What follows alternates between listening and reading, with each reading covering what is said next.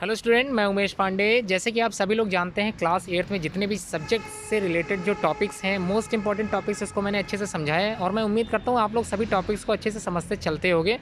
आज जो वीडियो बनाई जा रही है, सम नेचुरल फिनोमिना, इस मोस्ट इंपॉर्टेंट वीडियो में आप लोगों को चैप्टर 15 से रिलेटेड जो भी आप लोगों ने एक्सरसाइजेज समझी थी, उसी की एक्सप्लेनेशन वीडियो है आज की। और मैं उम्मीद करता हूँ एंड तक इस वीडियो को आप लोग ज़रूर देखोगे, अच्छे से समझोगे। कहीं अगर डाउट होता है तो अपने डाउट्स को आप लोग कमेंट करके ज़रूर पूछा करिए। उसके बाद आप लोगों को जो है मैं नेक्स्ट चैप्टर 16 ज़रूर पढ़ाऊँगा। पहले 15 को कंप्लीट करा देता हूँ, पूरा समझा देता हूँ अच्छे से। चलिए वीडियो स्टार्ट करते हैं। Explanation video, some natural phenomena. Some natural phenomena, जी हाँ, मोस्ट इंपॉर्टेंट टॉपिक है। क्लास 8 साइंस पढ़ने वाले सभी स्टूडेंट इस टॉपिक को जरूर अच्छे से समझें, क्योंकि आने वाले समय में ये टॉपिक आप लोगों को सबसे ज़्यादा इंपॉर्टेंट लगने वाला है। इसलिए क्योंकि ये आगे हायर क्लास में भी आप लोगों को समझ में आना चाहिए। तो चलिए स्टार्ट करते हैं। सबसे पहले इंट्रोडक्शन ऑफ नेचुरल फिनोमिना। होता क्या है नेचुरल फिनोमिना, इसको थोड़ा सा समझ लेते हैं। एनी नेचुरली अकरिंग कैलेमिटी और the physical process is called natural phenomena. मतलब जो भी फिजिकल प्रोसेसेस होती हैं उसको हम लोग एज ए नेचुरल फिनोमिना ही बोलते हैं। ये आप लोग दिमाग में रख लीजिए। कोई भी नेचुरली अकरिंग कैलेमिटी और the physical process is called natural phenomena. जी हाँ, अगर बादल से आवाज़ आती है, गरजने की आवाज़ आती है, तो वो भी एक नेचुरल फिनोमिना ही है। तो ऐसे ही आप लोग समझ सकते हैं नेचुरल फिनोमिना होता क्या है। ये समझ में आ गया। आगे बढ़ते हैं। टू डिस्ट्रक्टिव नेचुरल फिनोमिना जो होते हैं, लाइटनिंग एंड अर्थक्वेक्स। जी हाँ, जो भूकंप होता है और जो बादल गरजते हैं, तो ये दोनों ही क्या है, नेचुरल फिनोमिना होते हैं। अब हम लोग बात करते हैं सम स्टैटिक चार्जेस की। तो अभी तक आप लोगों ने कई तरह के चार्जेस पढ़े थे, पॉजिटिव चार्ज, नेगेटिव चार्ज और न्यूट्रल चार्ज। ये आप लोगों ने पढ़ा था न्यूट्रल होता है। कैसे पहचानोगे, कैसे समझोगे कि कोई चार्ज बॉडी है अथवा नहीं है।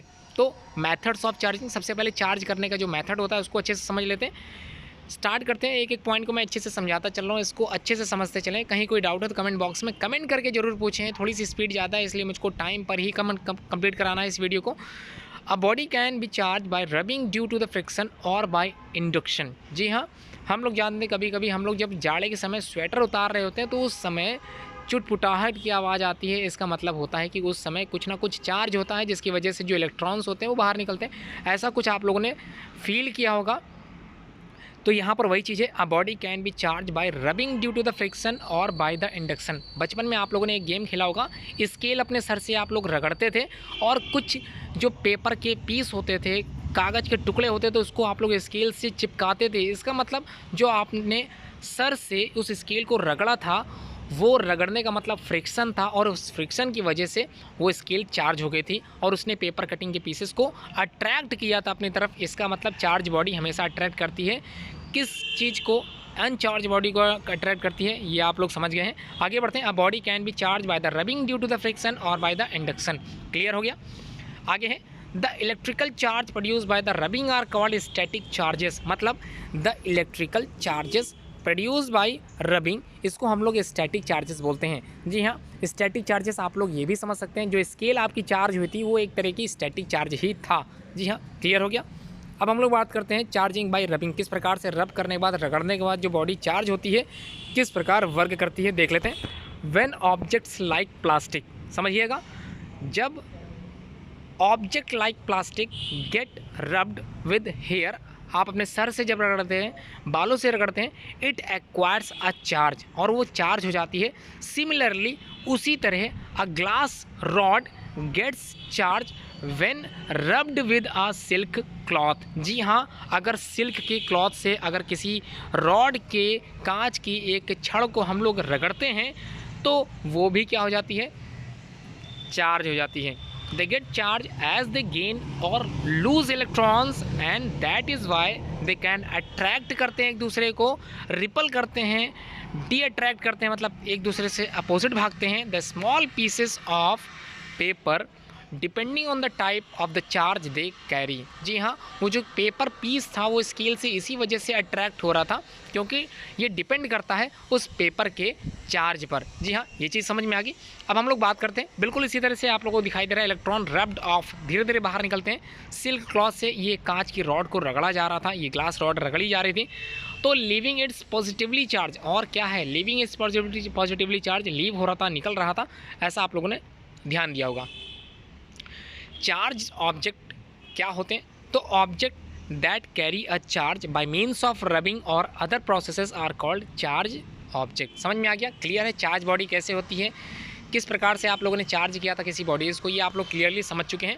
इसी तरह से यहाँ पर कुछ पिक्चर्स दिखाई जा रही हैं, इसको आप लोग अच्छे से समझ लीजिए। इस पिक्चर्स में आप लोगों को देखिए शुरुआत में रेड और येलो बलून्स में दिखाई दे रहा, सभी कॉम्बिनेशन में है, सिंपली लिखा है न्यूट्रल। उसके बाद यहाँ पर दो पीस जो एकदम येलो वाले बिल्कुल अलग हैं, इसका मतलब यहाँ पर सिंपली नेगेटिवली चार्ज बिल्कुल येलो में है, और यहाँ पर 3 रेड बॉल्स अलग हैं, इसको पॉजिटिवली चार्ज बताया गया, +3 में साइन दिखाया गया, इसलिए यहाँ थोड़ा सा आप लोग क्लियरली समझते चलें। तो माइनस चार्ज और प्लस चार्ज और न्यूट्रल चार्ज आप लोग समझ गए हैं। अब हम लोग बात करते हैं interaction between like and unlike charges. Like charge का मतलब होता है अगर कोई पॉजिटिव है और दूसरा भी पॉजिटिव है तो इसको बोलते हैं लाइक चार्ज। अगर कोई नेगेटिव है दूसरा भी नेगेटिव है तब भी इसको बोलेंगे लाइक चार्ज। जी हाँ, समझ में आ गया लाइक चार्ज क्या होता है। अनलाइक का मतलब होता है एक पॉजिटिव होगा दूसरा कैसा होगा, नेगेटिव होगा, इसको बोलते हैं अनलाइक चार्जेस। क्लियर है।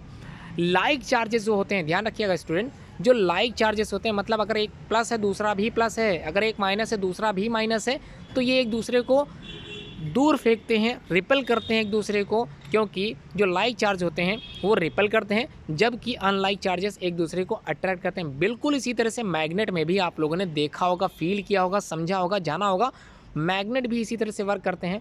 आप लोगों ने ध्यान दिया होगा मैग्नेट के दो सिमिलरली जो S और S वाला जो पोल होता है वो एक दूसरे को रिपेल करता है, जबकि S और N वाला पोल जो होता है वो एक दूसरे को अट्रैक्ट करता है। कभी आप घर पे बैठे तो इस तरह की क्रिया जरूर करें जिसमें आप लोगों को प्रैक्टिकली साइंस समझ में आती रहे। उसके बाद ये एक डायग्राम है, प्लस माइनस ये अट्रैक्ट होगा, प्लस प्लस रिपेल होता है, माइनस माइनस भी रिपेल होगा, ये आप लोग समझ गए हैं। अब हम लोग बात करते हैं convention of positive and negative charge, किस प्रकार से कन्वेंशन होते हैं, किस प्रकार से यहाँ पर यहाँ पर किस प्रकार से चार्जेस क्या होते हैं, ट्रांसफ़र होते हैं, ये आप लोगों को बताने जा रहा हूँ। It is a convention of to the call the charge acquired by the glass rod when it is rubbed by the silk as positive. तो क्लियर हो गया, when it is rubbed with silk as positive. तो silk क्या है, positive charge है, glass हम लोग रगड़ा था, ग्लास भी चार्ज हो गया था। अब ट्रांसफ़र ऑफ चार्ज किस प्रकार से ट्रांसफ़र होता है चार्जेस का, तो यहाँ थोड़ा सा डीपली समझ लेते हैं। चार्जेस कैन बी ट्रांसफर्ड होता है थ्रू गुड कंडक्टर, जिसको हम लोग यहाँ पर मेटल्स के नाम से जानते हैं, टू अनदर कंडक्टिंग मटेरियल, जहाँ पर कंडक्ट किया जा सके किसी भी चार्ज बॉडी को किसी चार्ज ऑब्जेक्ट के through. The charge transfer is due to the movement of the electron. ध्यान रखिएगा, मोस्ट इंपॉर्टेंट है, ये जो चार्ज का ट्रांसफ़र की हम लोग बात कर रहे हैं ये due to the movement of electron, मतलब सिर्फ इलेक्ट्रॉन के मूवमेंट ही डिपेंड करते हैं उस चार्ज बॉडीज़ को from one atoms to the another. समझ में आ गया।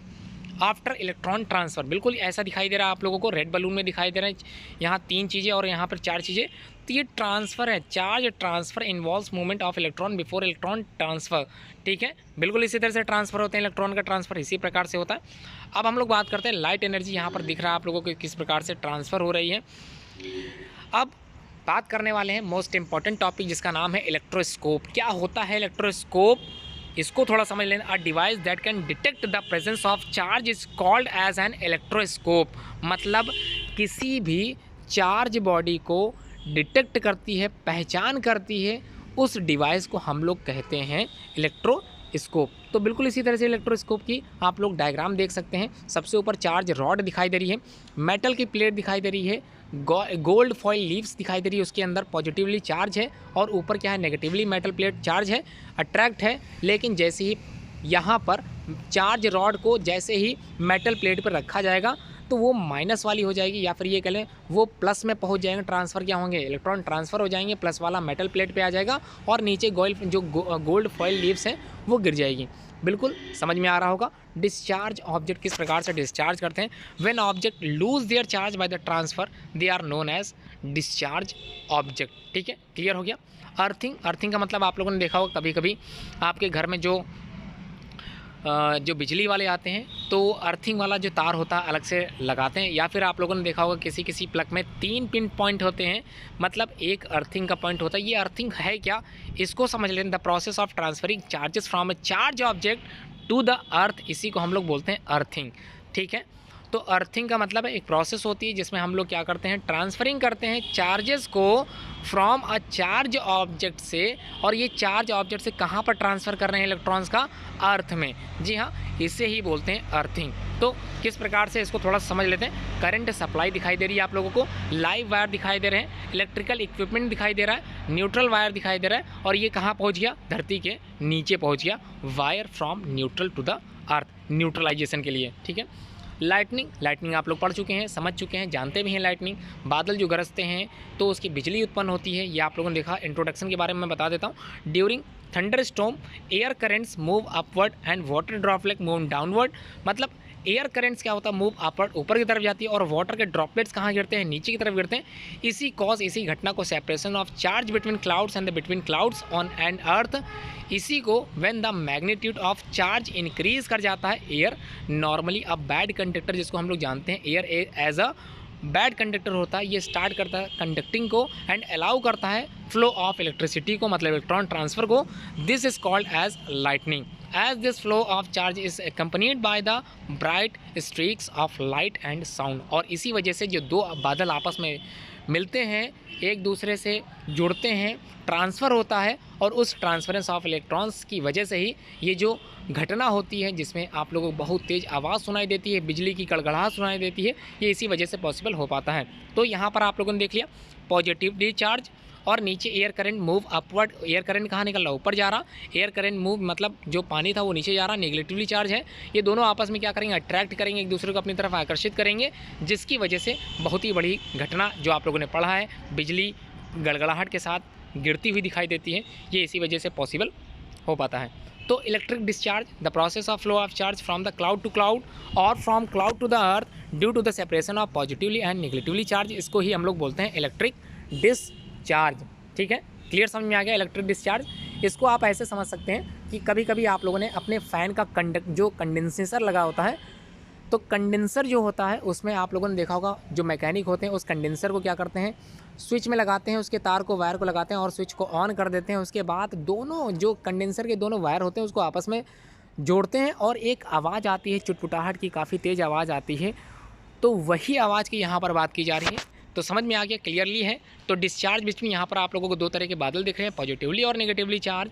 इसी वजह से दोनों ट्रांसफरेंस होते हैं और बड़ी तेज़ आवाज़ आती है, ये आप लोग समझ गए। Lightning safety steps of the follow outside the house, किस प्रकार से आप लोग अपनी सेफ्टी कर सकते हैं, इस चीज़ से बच सकते हैं। फाइंड अ सेफ प्लेस और a shelter under the small trees, इससे बचने के लिए आप लोगों को एक छत के नीचे ही आना पड़ेगा। इफ़ इनसाइड अ कार, अगर आप लोग व्हीकल्स के अंदर है, स्टे इनसाइड, अंदर ही रहें। अगर बिजली कड़क रही है तो किसी भी प्रकार आप लोग खुले मैदान में बिल्कुल मत जाएं, वहाँ पर बिजली गिरने की संभावना ज़्यादातर होती है। इसलिए जहाँ पर थे, कार के अंदर थे, कार के अंदर ही रहें, व्हीकल्स के अंदर थे, व्हीकल्स के अंदर रहें, बस में हैं तो बस के अंदर ही रहें। Stay inside with doors and windows shut होनी चाहिए, दरवाजे बंद कर लें। Stay away from the metal poles, इसका मतलब आप लोग मेटल पोल से बिल्कुल दूर रहें। Do not lie on the ground, ground पर बिल्कुल भी लेटे नहीं। Instead crouch with your hand between your hands inside the house, बिल्कुल ध्यान रखें इनसाइड द हाउस के अंदर आप लोग किस प्रकार से अवॉइड करना है। Avoid contact with the telephone and the electric wire, उस समय जिस समय बिजली की गड़गड़ाहट की आवाज़ आ रही हो, बिल्कुल टेलीफोन लाइन वायर का यूज़ बिल्कुल नहीं करना है, ध्यान दीजिएगा। अवॉइड बाथिंग, नहाना भी बिल्कुल नहीं है। अनप्लग द इलेक्ट्रिकल अप्लायंसेस, मतलब आप लोग जितने भी उपकरण बिजली के हैं उन सबको बंद कर दें। लाइटनिंग प्रोसेस थोड़ी सी हार्ड होती है, इसमें आप लोग इंजर्ड भी हो सकते हैं, इसलिए जो भी चीज़ें बताई गई उनको ज़रूर समझें।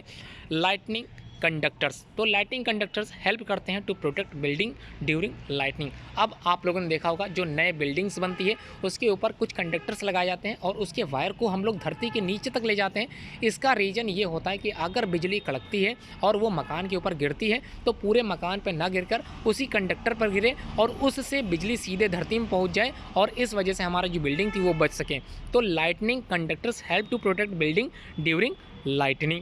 They consist of a metal rod that is taller than the building which is installed in the wall during the construction. तो उसी समय ये इंतजाम कर लिया जाता है जब बिल्डिंग का निर्माण होता है, बिल्डिंग जब बनाई जा रही होती है। They run all the way the earth act as a direct passage for the electric discharge during the lightning.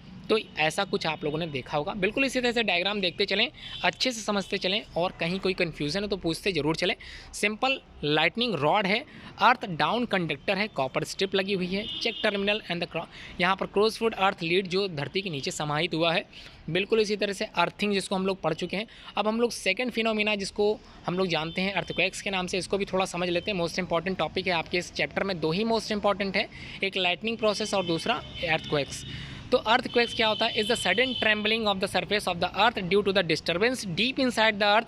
मतलब धरती के नीचे जो उथल पुथल होती है, चट्टानों का ऊपर नीचे हो जाना, जिसकी वजह से धरती की उथल पुथल हो जाती है और अर्थक्वेक सडनली हो जाता है, जिससे काफ़ी नुकसान होता है। जी हाँ, earthquake is the sudden trembling of the surface of the earth. Earth के सरफेस का अचानक से हिलने लगना, इसे ही हम लोग अर्थक्वेक से नाम से जानते हैं। कभी कभी इतना ज़्यादा हार्डली आता है कि कई तबाहियाँ मचा के चला जाता है। जी हाँ, अर्थक्वेक्स इसी भूकंप की हम लोग बात कर रहे हैं, जो अभी हाल ही में आप लोगों ने पिछले साल 3 साल पहले देखा था, समझा था, जाना था। Causes large scale damage to the life and the property, काफ़ी लॉस हो जाता है, ये आप लोग जानते ही होंगे। कैन नॉट बी प्रेडिक्टेड और उनका वापस। अब हम लोग बात करते हैं कॉजेज़ ऑफ अर्थक्वेक्स की। कारण क्या होता है, ये अर्थक्वेक्स आते क्यों हैं? Earthquakes are caused due to the movement of the collision of the tectonic plates. ध्यान रखिए, ये जो प्लेट के नाम ले रहा हूँ ये धरती के नीचे मिलती हैं।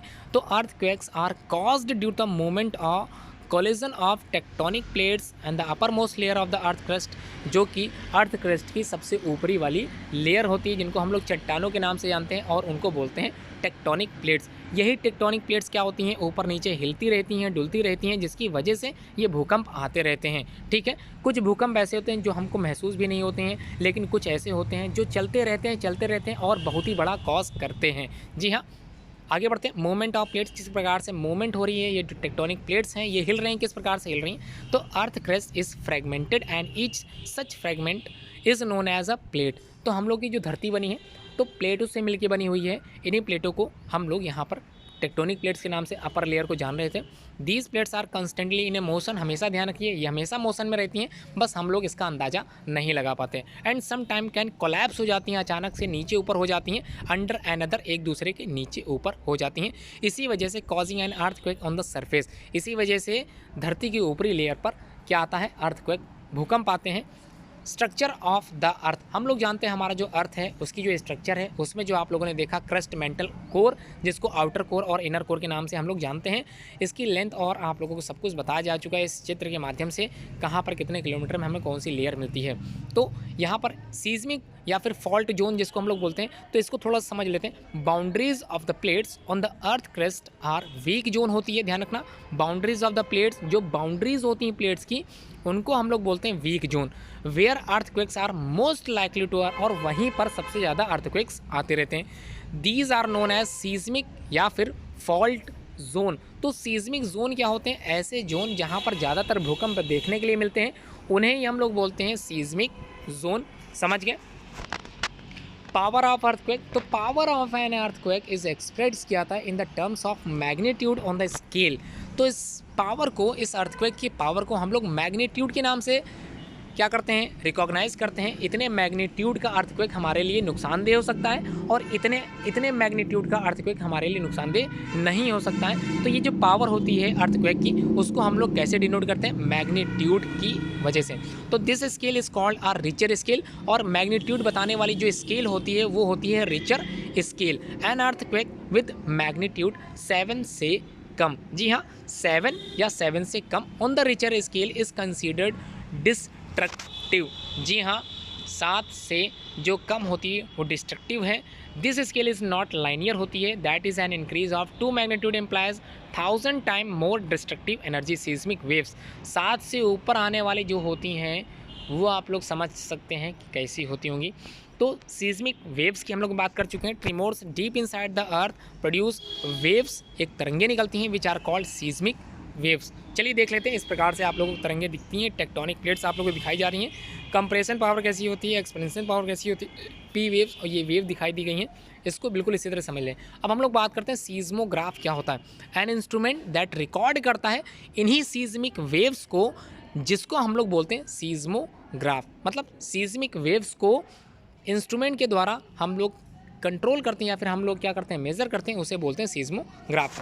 कंसिस्ट करती है ऑफ ए वाइब्रेटिंग रॉड और the pendulum that start vibrating when tremors occur. जब भूकंप आ रहा होता है, धरती से निकला ही हुआ होता है, उससे ही सीस्मिक जो ग्राफ है वो हमको बताने लगता है कि इतनी तरंगों वाली या फिर इतनी सीस्मिक वेव्स वाली अर्थक्वेक्स आने वाली है, जो हमको पहले से आगाह कर देती है। जी हाँ, बिल्कुल इसी तरह से rigid support, rotating drum and wave spring ऐसे ही लगा होता है, पेंसिल लगी हुई होती है जो बताती है, जो एक संरचना बना देती है, जिस संरचना से हमको पता चलता है कि कितनी सीस्मिक वेव्स वाली तरंगे आ रही हैं। Protection from an earthquake steps to follow. आप लोग ध्यान दें, जिस इस तरह की अगर कोई कंडीशन होती है कि अर्थक्वेक्स आने वाले होते हैं, आप लोगों को पता चलता है कि नहीं भूकंप आ रहा है, या फिर आप लोग जान चुके हैं कि भूकंप से हम लोग घिरे हुए हैं, तो आप लोगों को कैसे करना, आउटसाइड अगर आप घर से बाहर हैं, find a clear spot away from over head lines and buildings. तो सबसे पहला काम करना है आप लोगों को, बिल्डिंग जहाँ पर आप लोग हैं उससे बाहर आ जाना है, बिल्कुल बाहर आ जाना है, खुले मैदान में पहुँच जाना है, जहाँ पर आप लोगों के कोई भी बिल्डिंग गिरने की संभावना बिल्कुल नहीं है, वहाँ पर आपको पहुँचना है। सेकंड है, इफ़ इन ए कार, अगर आप लोग कार के अंदर हैं, then go to a clear spot and stay inside the car till the tremors stop. अगर भूकंप आ रहा है, धरती हिल रही है, हल्की हल्की मूवमेंट आपको पता चल रही है, आप कार के अंदर हैं, तो कार को एक ऐसे स्थान पर ले जाइए जो थोड़ा सा खुला हो, जिसमें कोई भी हानि की संभावना बिल्कुल नहीं होती है। उस खुले एरिया में आप लोग चले जाएँ और कार के अंदर ही रहें, कार के बाहर बिल्कुल मत लिखें, आप लोग सेफ़ हैं।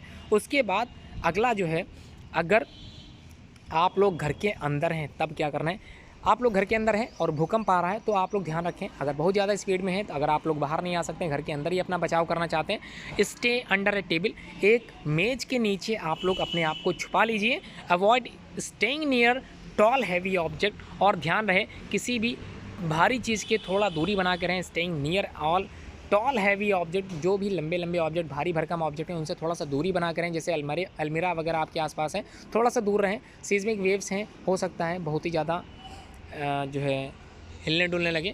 अब हम लोग बात करते हैं structural measurement in highly seismic areas, build mud houses with light roofs in order to minimise damage. तो ऐसी छतें जो कमज़ोर हैं वो अपने आप ही गिर जाएंगी। Fix cupboard and the shelves to the wall, fix कर दें कबर्ड को, क्योंकि कबर्ड हिलने डुलने लगते हैं। During an earthquake some buildings catch fire, और कुछ बिल्डिंगें आग पकड़ लेती हैं जब अर्थक्वेक्स आते हैं। लिफ्ट में बिल्कुल मत चलें, अगर इस तरह से आप लोग किसी मॉल में हैं, अगर लिफ्ट का यूज़ करेंगे तो ध्यान दीजिएगा, लाइटनिंग प्रोसेस तो अलग चीज़ है, ये भूकंप है, इसमें आप लोगों को बहुत ही ज़्यादा दिक्कत का सामना करना पड़ सकता है अगर आप लोग लिफ्ट का यूज़ करेंगे। Some buildings catch fire, most of the proper working the frightening equipment. तो यहाँ पर ये चैप्टर कंप्लीट हो गया, और मैं उम्मीद करता हूँ इस चैप्टर के जितने भी मोस्ट इंपॉर्टेंट टॉपिक थे उनको मैंने गहराई से समझाया है। हर एक वीडियो जो भी मैं बनाता चलता हूँ उसको आप लोग ज़रूर देखा करें। अगर कुछ बच्चे ऐसे भी हैं जिनको समझ में नहीं आता प्रीवियस वीडियो, वो लोग पूछ सकते हैं मुझसे। और मोस्ट इंपॉर्टेंट चीज़, जितनी वीडियोज़ बना चुका हूँ, अगर आपने नहीं देखी है तो फिर से जाएँ, यूट्यूब पे सारी वीडियोज़ अपलोड हैं, ज़रूर देखें। और अगर आपको लिंक नहीं मिल पा रही है तो मुझसे लिंक ज़रूर पूछें। और एक चीज़ का प्रयास ज़रूर कीजिए, अपने दोस्तों से, अपने रिलेटिव्स से जो क्लास 8th की पढ़ाई कर रहे हैं, उनको इस तरह की वीडियो ज़रूर भेजा करें, जिससे जो कोरोना काल में जो पढ़ाई के लिए जो समस्याएं उत्पन्न हुई थी, कई स्टूडेंट्स ऐसे थे जो रेगुलर पढ़ाई नहीं कर पा रहे थे, उन वीडियोज़ भी, लेक्चर की वीडियोज़ भी उनको प्राप्त नहीं हो पा रही थी, तो उन तक ये वीडियो ज़रूर पहुँचाएँ, ऐसा मैं आप लोगों से अपेक्षा करता हूँ। धन्यवाद पूरी वीडियो देखने के लिए।